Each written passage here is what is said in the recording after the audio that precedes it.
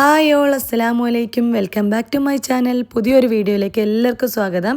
റമദാൻ സീരീസിലെ 14-15 വീഡിയോസാണ് ഞാൻ ഇന്ന് കാണിക്കുന്നത്. അതായത് നോമ്പ് തുറേന്റെയും മുത്തായത്തിന്റെയും വിശേഷങ്ങളാണ്. ഇന്ന് എനിക്ക് നോമ്പ് തുറക്ക് ഒരു 3-4 ആൾക്കാർ ഗസ്റ്റ് ഉണ്ട് കേട്ടോ. അടിപൊളിയും വെറൈറ്റി ആയിട്ടുള്ള ഫുഡ് ഐറ്റംസ് ആണ് ഞാൻ ഇന്ന് കാണിക്കുന്നത്. അതും നിങ്ങൾക്ക് എല്ലാവർക്കും ഇഷ്ടപ്പെടുകയും ചെയ്യും, വേഗം ഉണ്ടാക്കിയെടുക്കാനും പറ്റുന്നതാണ്.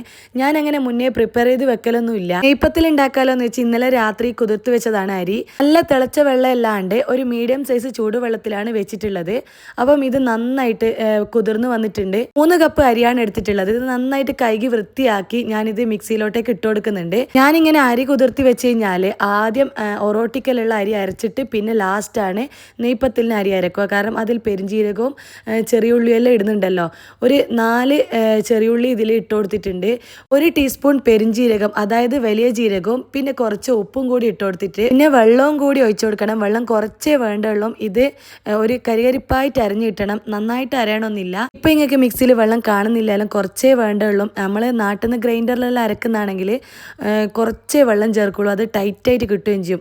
ഇതിലിപ്പം ഞാൻ ഒഴിച്ച വെള്ളത്തെക്കാളും കുറച്ചായിട്ടാണ് വെള്ളം വേണ്ടത്. കാരണം ഉണ്ടല്ലോ, മിക്സിയിൽ വെള്ളമില്ലാണ്ട് നമുക്ക് അരക്കാനേ പറ്റൂല, അതുകൊണ്ട് വെള്ളം ചേർക്കണം. ഇപ്പം ഞാൻ അരച്ച അരപ്പ് നിങ്ങൾക്ക് മനസ്സിലാവും. ഇത് ഇത്ര ലൂസായിട്ടാണുള്ളത്, ഇതിലും ടൈറ്റായിട്ടാണ് കേട്ടോ നമുക്ക് വേണ്ടത്. പിന്നെ കൂടിപ്പോയി കഴിഞ്ഞാൽ കുഴപ്പമൊന്നുമില്ല, ലാസ്റ്റ് നമുക്ക് അരിപ്പൊടി ഇട്ട് ടൈറ്റാക്കി എടുക്കാം.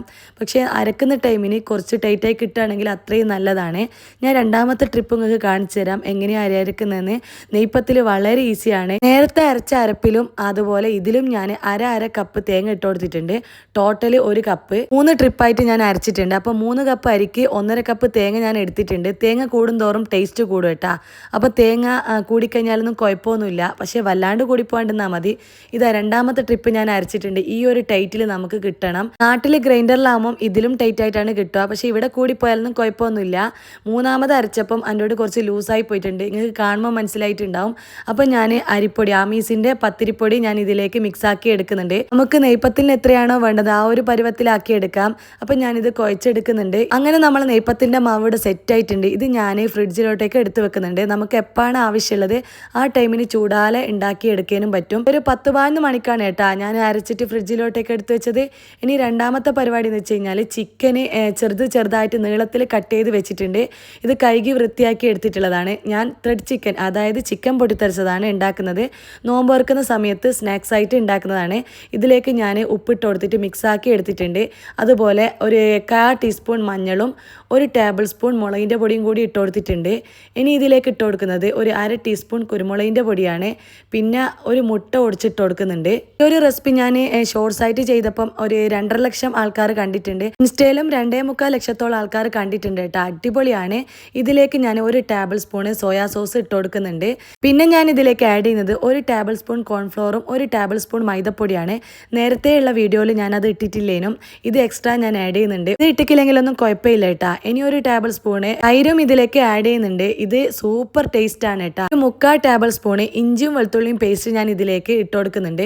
ഇനി ഇതെല്ലാം നന്നായിട്ട് മിക്സ് ചെയ്ത് യോജിപ്പിക്കണം. ഇതിലേക്ക് ഒരു 1/4 ടീസ്പൂൺ ഒറിഗാനും 1/4 ടീസ്പൂൺ ചില്ലി ഫ്ലേക്സും വേണമെങ്കിൽ ഇട്ട് കൊടുക്കാം.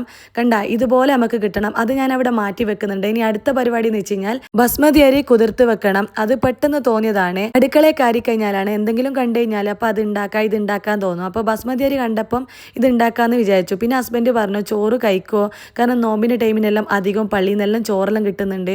അധികം ബസ്മതി അരിനെ കൊണ്ടുള്ള ചോറാണ് നമുക്ക് കിട്ടുകയെല്ലാം ചെയ്യുന്നത്. പിന്നെ ആ ചോറ് എല്ലാവർക്കും ഇഷ്ടപ്പെടും.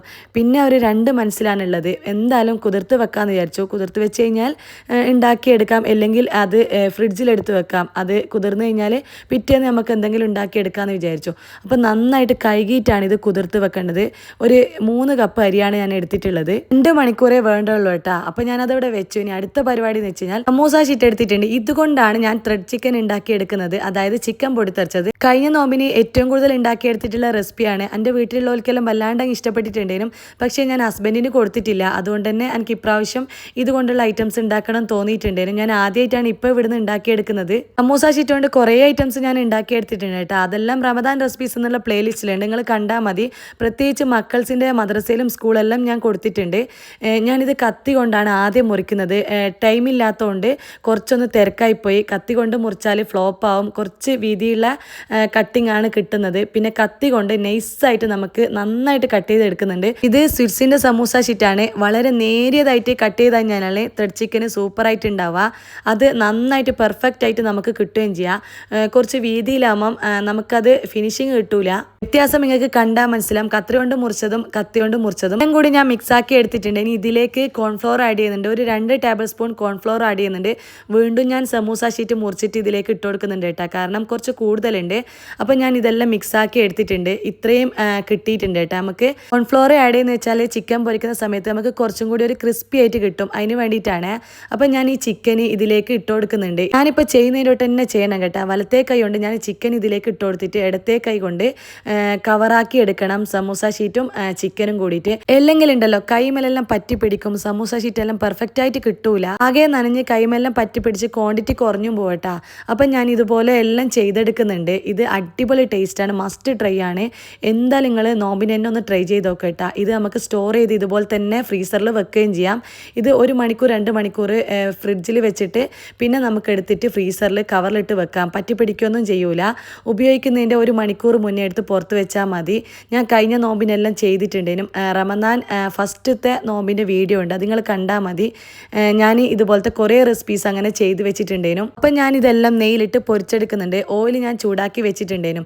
അപ്പോൾ ഇത് തീ കുറച്ച് വെക്കണം. തീ കൂടി പോവരുത്. കാരണം ചിക്കൻ അത് വെന്ത് കിട്ടണം അതിൻ്റെ ഉള്ളിൽ. അപ്പോൾ തീ കുറച്ചിട്ടാണ് വെക്കേണ്ടത്. അപ്പം മെല്ലെ മെല്ലെ അത് ഉണ്ടാക്കിയെടുക്കും. പെട്ടെന്ന് തന്നെ ഉണ്ടാക്കിയെടുക്കാൻ പറ്റൂല കേട്ടോ. ഇത് കുറച്ച് ടൈം എടുക്കും. ഇത് ഫുള്ളല്ല, ഇതിൽ നിന്നൊരു 10 എണ്ണം ഞാൻ എടുത്തിട്ട് ഫ്രീസറിൽ വെച്ചിട്ടുണ്ട് പൊരിക്കുന്നതിന് മുന്നേ. നാളെ എടുക്കാമല്ലോ എന്ന് വെച്ചിട്ട്. ഇതിപ്പം നമുക്ക് കണക്കായതേ ഞാനിപ്പം പൊരിച്ച് വെക്കുന്നുള്ളൂ. തീ കൂടിപ്പോയി കഴിഞ്ഞാൽ ഇതിലുള്ള സമൂസ ഷീറ്റെല്ലാം കരിഞ്ഞു പോകും. ചിക്കൻ വേവുകയില്ല. ചിക്കൻ പെർഫെക്റ്റ് ആയിട്ട് വെന്തിട്ട് കിട്ടും കേട്ടോ. ഒന്നും പേടിക്കണ്ട. എനിക്ക് ആദ്യമുള്ള ഡൗട്ടേനും ഇങ്ങനെയുള്ള ഫുഡെല്ലാം ഉണ്ടാക്കുമ്പം ചിക്കനെല്ലാം വേവുമെന്ന്. പിന്നെ ഞാൻ കഴിഞ്ഞ പ്രാവശ്യം ഉണ്ടാക്കിയ സമയത്ത് എനിക്ക് നന്നായിട്ട് കിട്ടിയിട്ടുണ്ടേനും. പിന്നെ കോൺഫിഡൻസ് കൂടി.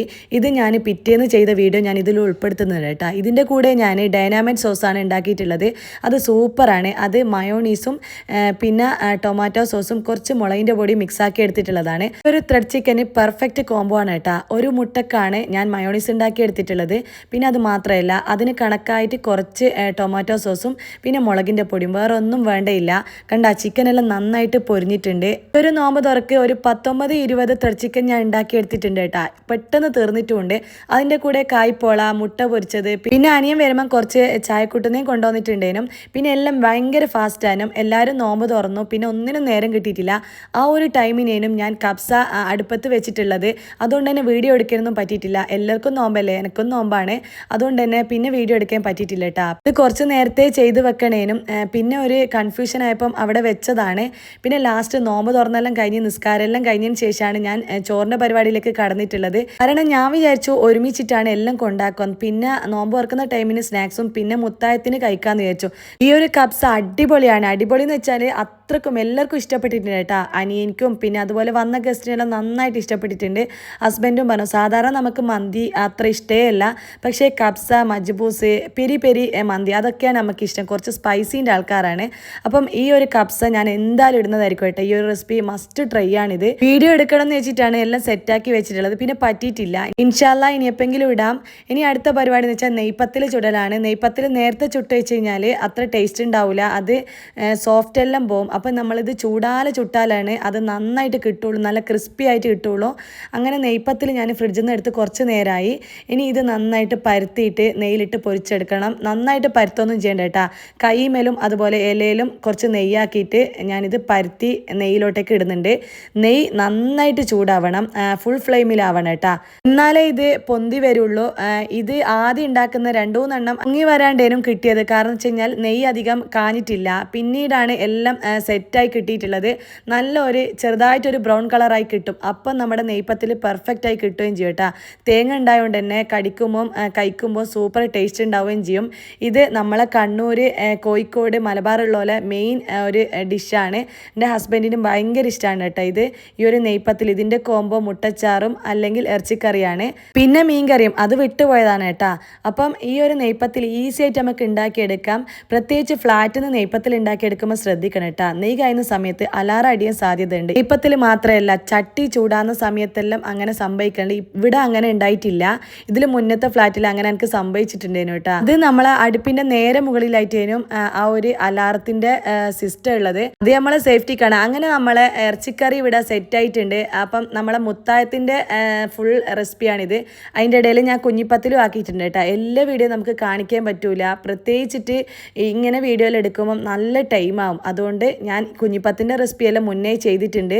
അത് റമദാൻ റെസിപ്പീസ് എന്നുള്ള പ്ലേലിസ്റ്റിലുണ്ടാവും. നോമ്പായതിൻ്റെ ഒക്കെ ഇടയ്ക്കിടയ്ക്ക് ഞാനിപ്പോൾ കുഞ്ഞിപ്പത്തിലുണ്ടാക്കും. പ്രത്യേകിച്ച് ഗസ്റ്റെല്ലാം വരുന്ന സമയത്ത് ഈ ഒരു കബ്സ ചിക്കൻ പൊരിച്ചതും മുട്ടയും എല്ലാം കൂടി തിന്നാൻ ഭയങ്കര ടേസ്റ്റാണ് കേട്ടോ.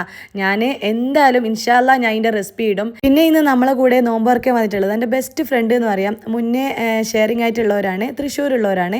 അവർക്ക് നമ്മുടെ ഫുഡെല്ലാം ഭയങ്കര ഇഷ്ടമായിട്ടുണ്ട്. അവരെ കൂടെ നിന്നിട്ടാണ് ഞാൻ ഇലക്കറികളെല്ലാം കൂടുതലായിട്ട് ഉണ്ടാക്കിയിട്ട് പഠിച്ചിട്ടുള്ളത്.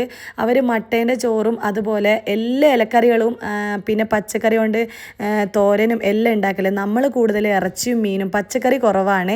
പിന്നെ ബീഫ് കൊണ്ടുള്ള ഐറ്റമും അവർ ഉണ്ടാക്കിയെടുക്കും. നാട്ടിൽ നിന്ന് വരുമ്പോൾ മെയിനായിട്ട് ബീഫ് ഫ്രൈ ആണ് അവർ വരുമ്പം കൊണ്ടുവരിക. അത് ഭയങ്കര ടേസ്റ്റ് ആയിരിക്കും കേട്ടോ. നമുക്കൊന്നും ആ ടേസ്റ്റ് കിട്ടുമൊന്നുമില്ല. അപ്പോൾ അവർ കൊണ്ടുവന്ന ഒരു അറബിക് സ്വീറ്റാണിത്. ഇത് ഇവിടുത്തെ ട്രഡീഷണൽ ഫുഡാന്ന് തോന്നുന്നു. നന്നായിട്ട് ഇവർ ഇതിൽ തേനും സിറപ്പെല്ലാം ഇട്ടിട്ടുള്ളതാണ് കേട്ടോ. ഇവർ മെയിൻ നമുക്ക് അത്ര അധികം ഇഷ്ടപ്പെടില്ല. ചെറിയ മക്കൾക്കെല്ലാം ഭയങ്കര ഇഷ്ടമായിരിക്കും കേട്ടോ. ചിലത് ക്രിസ്പി ആയിട്ടുണ്ട്. ഇത് കുനാഫ ടൈപ്പാണ് കേട്ടോ. ഇതിൽ കുനാഫയിൽ നട്ട്സ് എല്ലാം ഇട്ടിട്ടുള്ളതാണ്.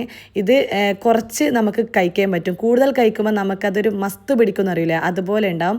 ഇതിൽ തേനും ഡയറ്റ് സിറപ്പെല്ലാം ഇട്ടതാന്ന് തോന്നുന്നു. എല്ലാം അങ്ങനെ തന്നെയാണ്. എന്തൊക്കെയോ നട്ട്സും അതുപോലെ പിസ്തയും എല്ലാം ഇട്ടിട്ടുള്ളതാണ്. അപ്പോൾ ഇന്നത്തെ വീഡിയോ ഇഷ്ടപ്പെട്ട് കഴിഞ്ഞാൽ ലൈക്ക് ചെയ്യാനും ഷെയർ ചെയ്യാനും കമൻറ്റ് ചെയ്യാനും മറക്കല്ലേ. ഇൻഷാല്ലാ റമദാൻ 50 റെസിപ്പി ആയിട്ട് ഞാൻ വീണ്ടും വരുന്നതായിരിക്കും. അതുവരേക്കും അസ്സലാമു അലൈക്കും, ബൈ.